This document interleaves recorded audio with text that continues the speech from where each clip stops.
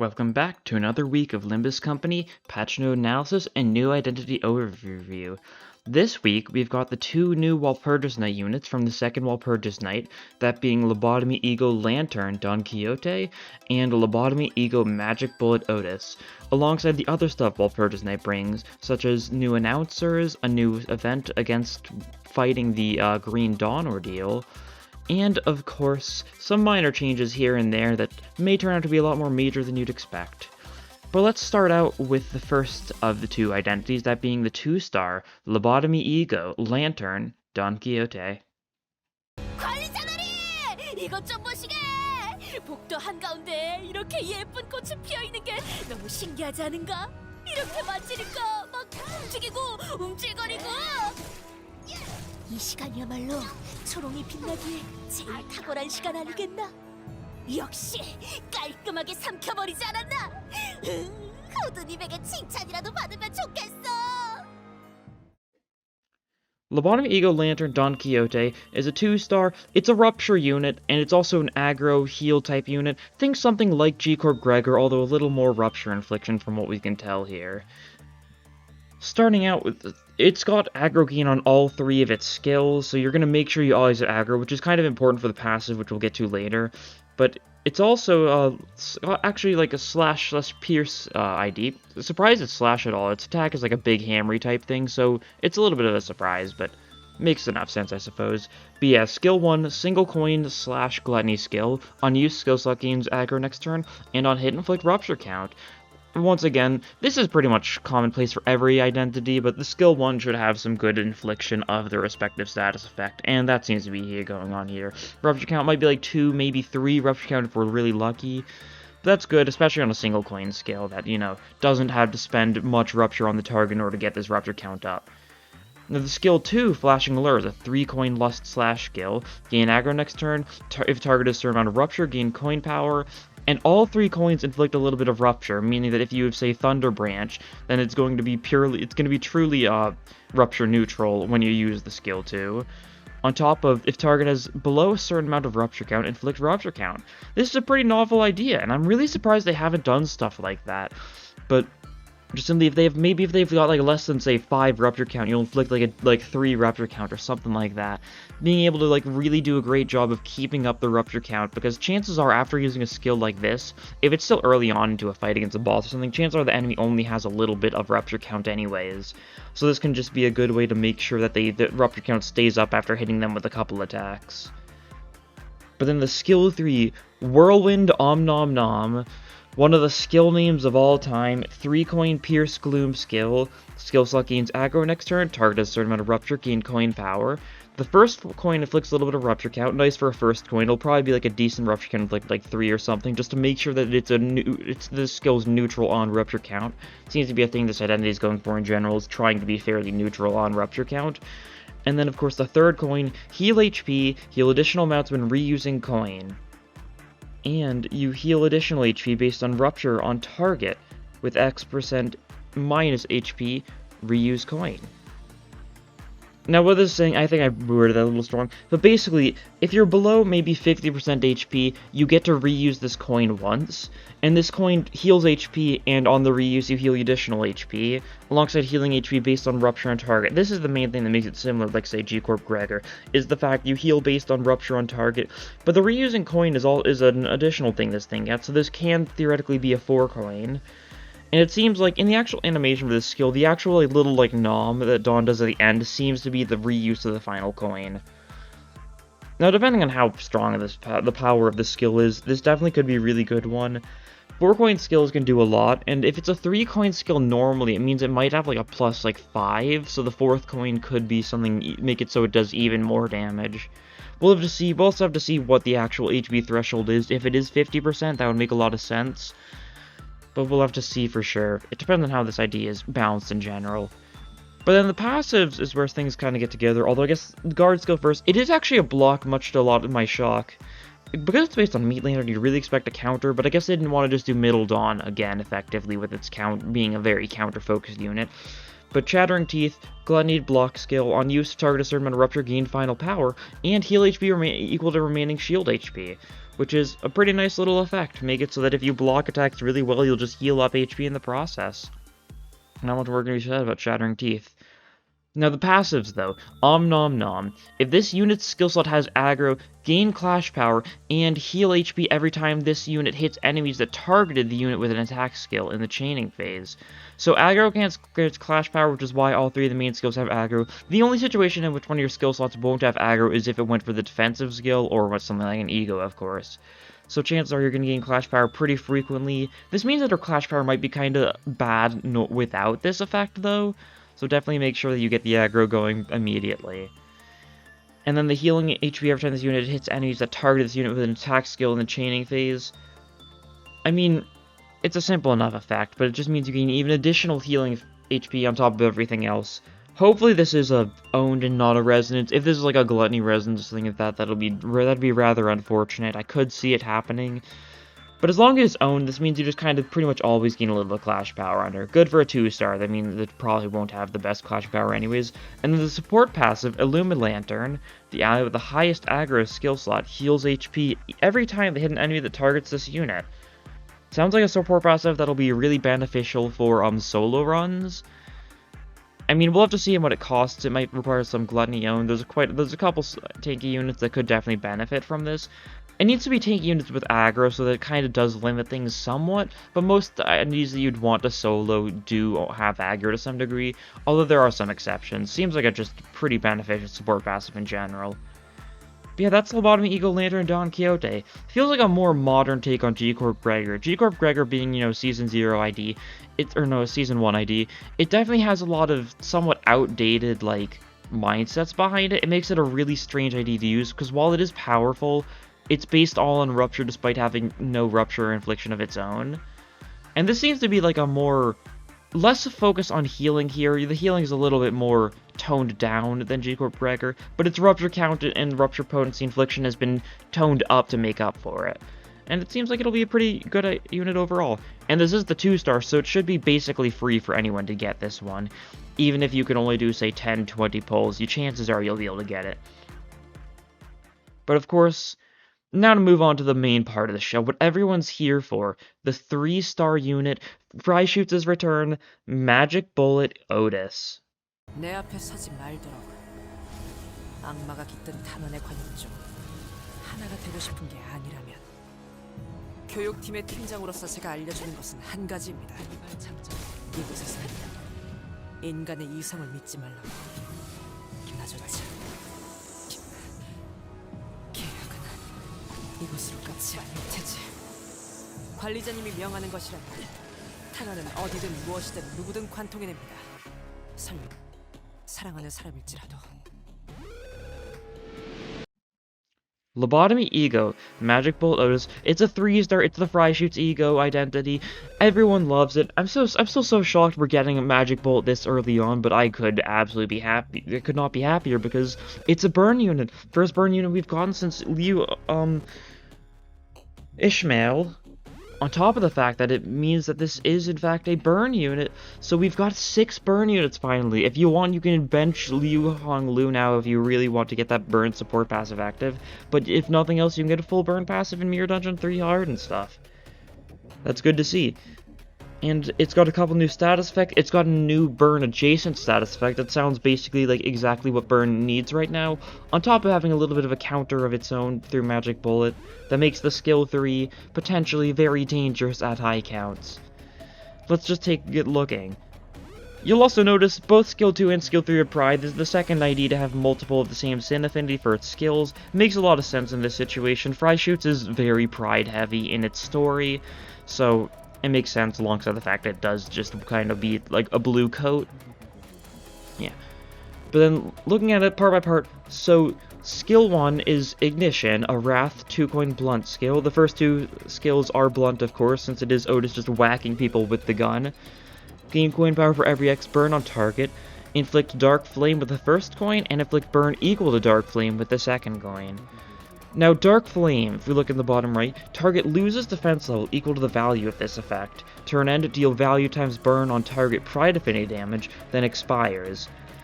So it seems like the defense level down is probably for this turn. Chances are this is going to be a very fast identity in general, so chances are the defense level down will matter for most of your sinners against, like, say, bosses or something. Because of the fact it is using a gun, so it usually has speed. Because ranged pages don't exist in the same sense as Rune in this game, there's no, like, innate priority to this stuff. And the skill 3 is the only one that's actually ranged, but decent chances are you'll be able to get that defense level down active, so they just take more damage. But then at turn end, it spends all the Dark Flame to deal additional burn damage. It seems like it's, by the wording, it sounds like it doesn't spend burn count, but it just does damage equal to burn potency, equal to how many Dark Flames there is. And it does it as Pride damage, so against enemies weak to Pride, which there are some enemies weak to Pride that could definitely take a lot of damage from this, it means Dark Flame's going to do a lot of damage. Although, of course, enemies that resist Pride are going to be resisting it, so a little bit of double-edged sword in the fact that it's Sin Affinity damage, but it definitely is really good. I did want more Sin Affinity type stuff to be, like, apparent. I definitely wanted Burn to have more Sin Affinity stuff, because Glimpse of Flames does Wrath damage, if I'm not mistaken, so there's some stuff like that already, and so it's good to see that being done here with Dark Flame. Moving on to the skill 2, Detonate Magic Bullet. Another 2 coin, it's a blunt, it's a pride. Gain coin power for every burn on target, once again. First coin, at less than a certain number of Magic Bullet, gain Magic Bullet, and inflict Dark Flame equal to Magic Bullet next turn.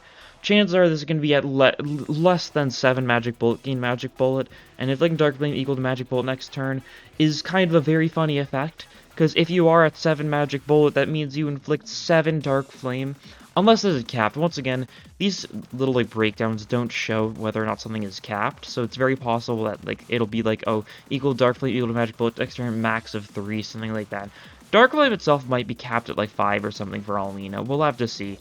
It doesn't specify here, but it's the kind of thing that in stupid numbers, and if you're trying to say solo with Otis and you can stack stupid amounts of this, then you could do stupid amounts of burn damage. Although, of course, this identity does not have any burn count infliction on its own.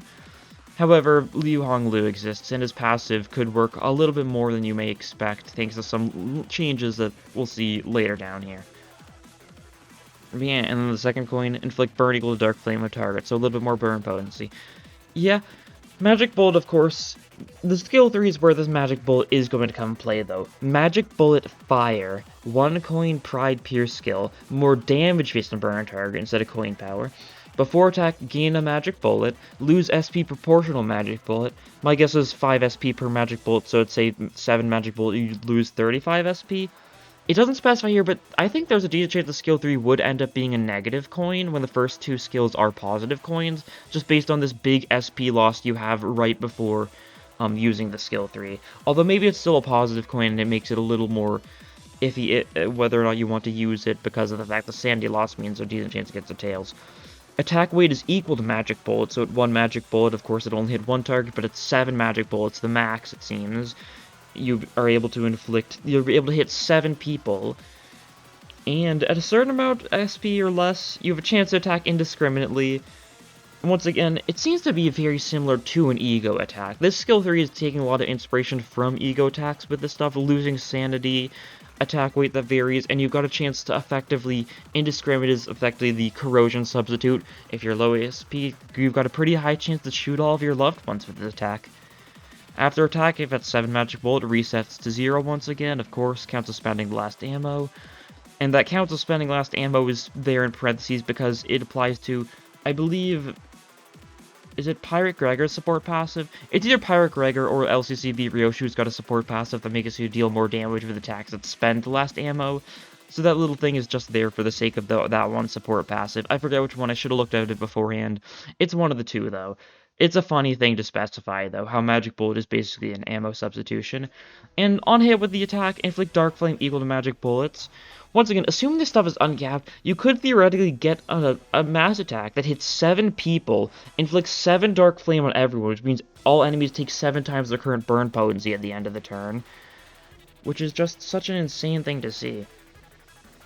We'll have to see exactly how it's capped, but this sounds like a lot of really cool stuff are going on here. Moving on to the defensive skill, Price of a Bullet. As you'd expect, it's a Pride block skill, you gain magic bullet, you gain some block power equal to the magic bullet, and you lose SP equal to magic bullet. So this is a way to just build up more magic bullets if you don't feel like using a skill 1, if you really want to make sure you get that 7 magic bullet attack off sooner rather than later.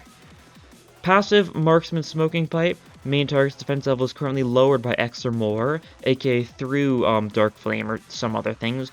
Gain burn on main target poise before attack.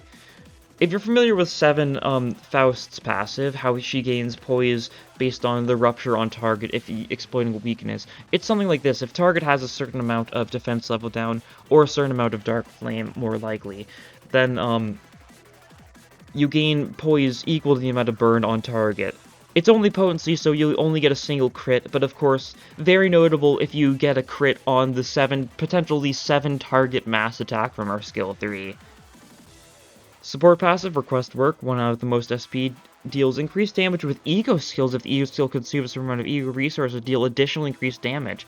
Inserting support passive just buffs ego skill damage. Definitely kind of one that seems to be pretty beneficial in general. And of course, Request Work, I mean, how can you not love it? A very classic reference to the whole idea of requesting fry shoots in general. And just requesting, say, an ego skill, effectively. What a cool identity. I'm so excited to see this in action. It seems like it's great that we're getting another burn ID, something that really seems like it'll benefit burn. And of course, we'll get into it later, but there have been some changes to burn in general that make this seem even better than you might expect. But first things first, we've got to take a look at the actual information about the Walpurgis Night 2 itself. Of course, this update, the event will be active. It'll be active for 2 weeks as per expected. New announcers, new identities, and extraction rate changes during the event period are being changed due to extractable announcers. Because of this, certain extractions rate are being altered a little bit. So they have this little warning here because they're legally required to show like statistics for pulling stuff because of the Korean government. So extractions. Second Walpurgis Night target extraction will be featured over the event period, increased extraction rates for the special identities. However, you can in fact extract the previous Walpurgis Night identities and ego if you are lucky. Which means, say, if you don't have the ego yet, you're pretty much guaranteed to pull it if you do get any ego at all. If that is the only ego you're missing, you got a 50% chance to get the Regret Merceau if you don't have it already, effectively whenever you pull an ego, if you have other egos, and if you have every ego except for Regret Merceau, then you're guaranteed to get it if you pull an ego. So, I'd say when you're pulling for these things, do not shard the stuff from last season immediately, because you've got a chance to get them. However, they do not receive increased extraction rates, so the chances of you getting Regret Faust or getting Hook Hong Lu are fairly low. So don't hope on it, but maybe if you're lucky, you'll get it if you need it. And of course, for the extractions, there's also, target extraction Yi song being added this update, nothing else.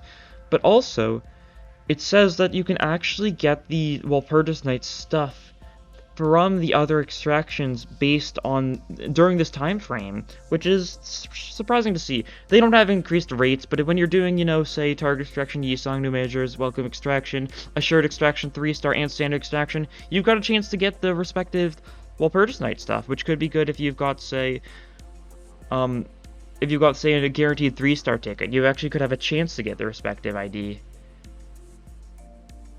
Of course, the announcer extraction rate does not affect the extraction rates of 3 stars. However, 2-star and 1-star units have lower extraction rates to make up room for the announcer's extraction rates.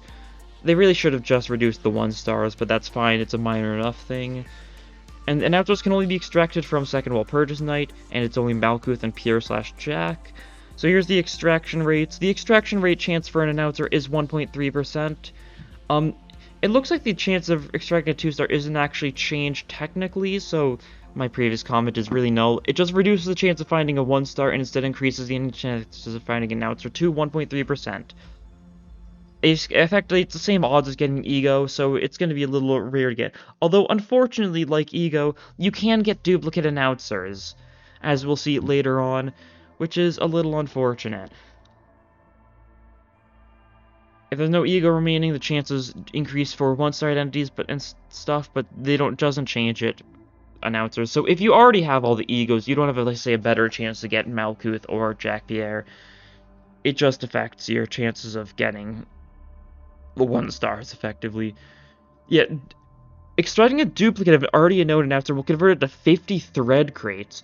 That's actually a pretty nice effect, all things considered. That's basically 100 thread, which is more than, say, getting any other duplicate does. But if you're really going for that Malkuth announcer and you get a duplicate Pierre Jack, like, it's really going to be heartbreaking. And chances are, it's pretty likely to happen. You've got a 1.3% chance of getting an announcer, so you've effectively got a 0.65% chance of extracting Malkuth per additional pull.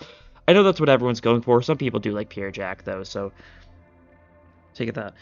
If you already use Yisung to exchange for an announcer, it will automatically be converted to thread crates. So you actually can use Ideality / Yisung to get the announcers. So there's at least pity in that sense. It will still be 200 per, though, so chances are not that great in general. During the second Walpurgis Night event period, you can purchase all identities and egos feature in the previous Walpurgis Night identities. However, you can't get ones from the previous one. Normal stuff. If you know the stuff from past Walpurgis Night, it's similar from that. Announcers from Walpurgis Night event are not available from Dispenser, so even in future Walpurgis Nights, you will not be able to dispense Malkuth and Pierre Jack. You will still have to get them through random chance, which is a little unfortunate.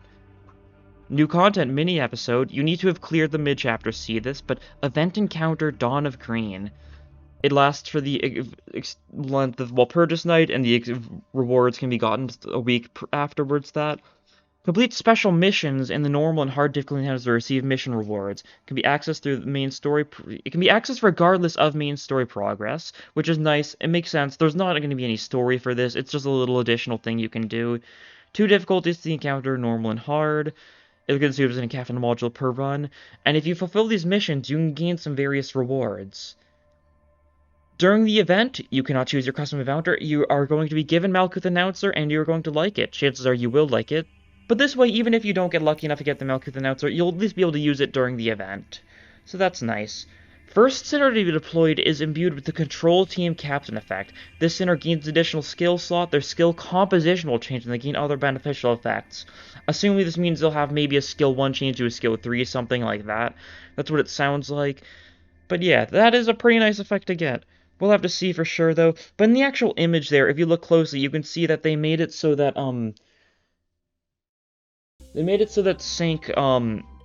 Sank Otis is the captain, and it seems like there's a couple skill 3s. It looks like there might be more skill 3s than normal. They seem to be kind of a little predominant, so maybe that is what it does. We'll have to see. Dawn of Green Ordeal, as you can all see in this image, requires you to defeat as many ordeal entities as possible within the turn limit. You're given a total of 5 turns, and there's a total of 5 waves, it seems. So you need to kill all 6 enemies per wave in order to get all 30 cleared. So you're going to need to be really efficient with these guys, it would seem, especially when it comes to resources and stuff like this. Their chances are they're going to be weak to Pierce. Chances are the event identities are going to be super beneficial for this, but we'll have to see. Once you go past the turn limit, the encounter will be over. I guess it doesn't say the... No, it does say the turn limit is 1 out. It's a 5 turn limit, yeah. So you need to get 6 kills every turn in order to get the respective 30 to get all the rewards. And the missions, you can see, defeat 15 in a single encounter, you gain some extraction tickets. Defeat 30 in a single encounter, and you get the banner for this Walpurgis Night. Nice effect. And you can also see there, it's kind of hard to see, the resolution's a little low, but it says defeat Dawn of Green Delta, I believe. And one that says defeat Dawn of Green Delta... What is it? Oh, I forget. Epsilon. Yeah, it's Epsilon. So it seems like the different classifications for the doubts, for the Dawn of Green doubts is going to be little Greek symbols, which makes enough sense. It's a pretty common way of going about doing such a thing. The rewards, you won't be able to complete missions after the event closes, and of course you'll be able to claim rewards a little bit afterwards. You'll be able to experience the actual combat encounter and its story anytime after the event fully ends, though. However, that week period in between the event ending and you can still claim the rewards, you won't be able to actually do the encounter at all. But that's nice. It'll be a little additional thing you can do whenever you want if you just want to try beating up these ordeals a little bit. That's all for the info on the event, so now it's time for the patch notes itself, which does have a fair bit of interesting things to it, much to my shock. Maintenance is normal time, of course. New event, new target extraction, Yisung, stuff added to extractable items, all the stuff you'd expect, nothing like special there. There's a couple of new packs added. Some of these seem very clearly made for the sake of if you are going to be unlucky. So monthly extraction ticket pack 2 gives you 50 pulls. I wonder why they're adding this right before Walpurgis night, And it's $32, honestly, given some of the other, like, you're the kind of person who wants to, spend money for the extractions, aka like me, or, if you really want to spend money for the sake of getting additional level boost tickets, that's what these packs are for, basically.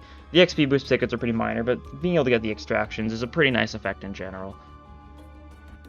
Update contents.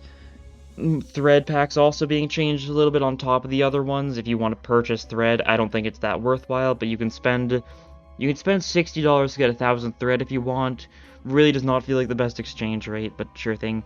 Major changes. Unique status effects. Unique status effects, where status effects that apply burn or bleed or the other status effects via indirect methods, are now categorized as unique status effects. Currently, this only applies to Nails and Dark Flame. Nails being for burn, for bleed, and Dark Flame being for burn. But this means that Ego Gift activation conditions synchronize with these now. So stuff like, say, N-Corp units that inflict nails counts as inflicting burn for the sake of the Ego Gifts, which is a really nice thing to have, that's for sure. Major changes. They're basically changing everything that is based on bleed potency or burn potency to change it to unique burn, unique bleed, stuff like that. And also, major changes just in general. For the status effect based fusion gifts, it now works for identities that apply potency or count. It also specifies here it doesn't count self-tremor for the sake of this, so self-tremor does not trigger coupled oscillation, so that means stuff like, say, Spice Bush Yisong do not count as a tremor unit, even though it has some tremor infliction, because it is only tremor infliction on self. But yeah, bunch of nice changes in general. You can look at them if you want. It's basically what you'd expect for that. Adding unique burn, adding unique bleed effects. Pretty nice. Bug fixes and improvements. Changing some stuff so it's always standardized to deal NSP damage instead of sometimes saying, like, lose NSP. Seems like it's kind of the thing that is being affecting other languages more so than English, but a little bit. It's applied to Faust Fluid Sac, Dawn Fluid Sac, Ishmael Capote, Rhodium Pursuance, aka some things that have, SP damage dealing capabilities. Simple enough. They simplified the description of Mind Whip for Reindeer Ishmael so that it's a little more obvious, I suppose. Bunch of other random things here and there. Some nice things, such as, like, they're making it so Rodian's Pursuance doesn't show the unique background under Threadspin Tier 3, which I didn't think was a bug. I thought it was a feature because the Ego itself kind of looks at the background a little bit too hard, so it'll kind of look weird if it isn't Threadspin 3, but oh well. And, of course, 300 Lunacy, as per always. But yeah, that's all for the patch notes. A lot of really cool stuff is going on this week. I will be streaming Walpurgis Night when it releases. Feel free to join in the stream for that. Link in the description. But anyways, I am super hyped, and I hope to see you guys there. Thank you all for watching, and I'll see you guys next time. Bye!